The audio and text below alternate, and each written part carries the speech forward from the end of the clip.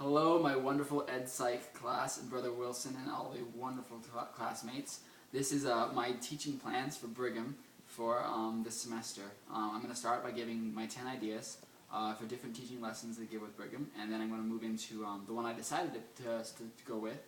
I'm going to talk first about the lesson plan and what I had in mind with it, and then I'm going to go over some of the doctrines, principles, and tools behind the lesson plan, some of the goals, and some of what I had in mind as to why I picked that plan and why I picked that activity. So to start out, I'm going to talk about the 10 ideas that I had for teaching Brigham this semester. The first one I thought about was in preparing to be a missionary. You know, you can never be too old to start learning how to be a missionary, and I figured it'd be a good way to start them out, build some situational awareness, situational interest in me. The next one I thought about was memorizing all the 10 Commandments. That one's a fun one. That's a fun one, and it's not too difficult for someone his age. I don't feel. The next one was about the plan of salvation, about Brigham's individual part on earth and what role he can play in the family, which I really liked.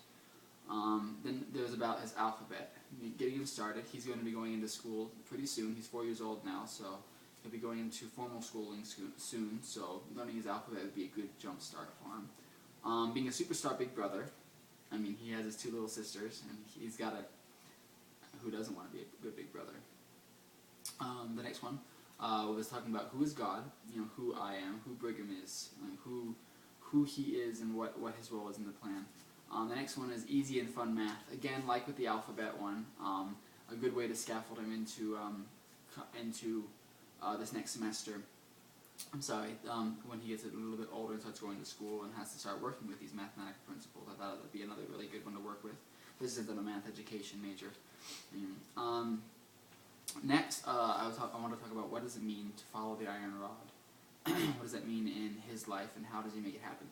And then finally, the last one I called the density of life was my lesson plan name, and it was a way to talk about scientific terms and also how it would matter in his life.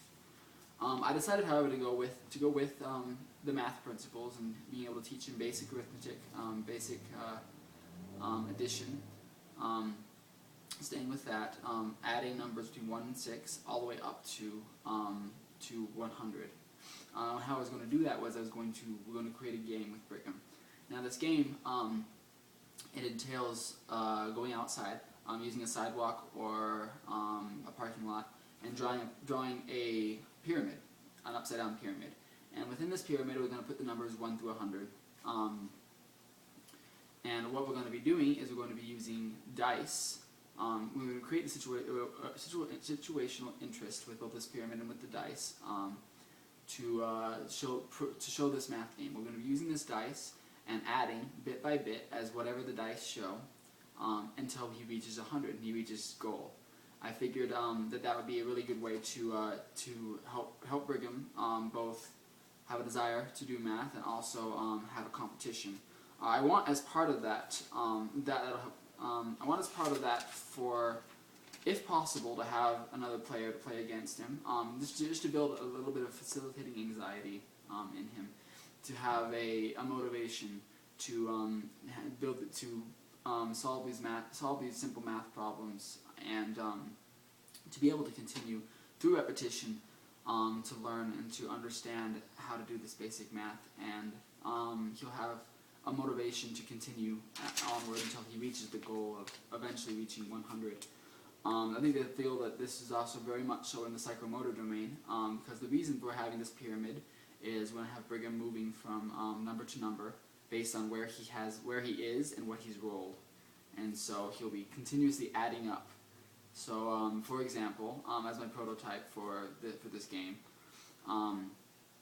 if you were to roll, I have two dice. I'm trying to work on thinking about making larger than life-size dice. But if, say, you roll 2 6s, then you would add. I would teach Brigham first. We'll talk about that in a minute. So we would add the 6s together, and he'd move to the number 12. And from there, the next time it's his turn, he'll roll those 2 dice again and say he gets a 4 and a 2. So then he'll move up 6 more from where he is. So I'll have him take the 4 and the 2 that he has, the problem that he was able to work on and solve himself, and he'll be able to apply it to what he's already done in the past, having reached the number 12 before. adding now the 6 and the 12. Being able to do these repetitions continuously, I feel will be very good for building up the synapses in his brain, and being able to create these synapses in and understanding basic math principles and preparing him for the first grade and for the kindergarten that he'll be moving into really soon. Let's see, I feel it'll be very good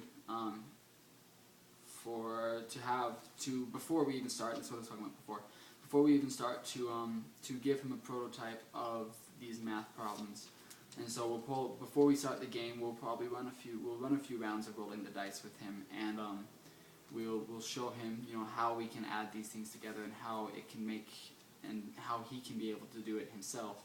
We're going to also have, I forgot to mention earlier, another tool of having a chalkboard, so that he'll have somewhere to work and somewhere to be able to store the information as he goes through the repetitions. I really feel like this chalkboard will be a good way to both learn helplessness without giving too much debilitating anxiety.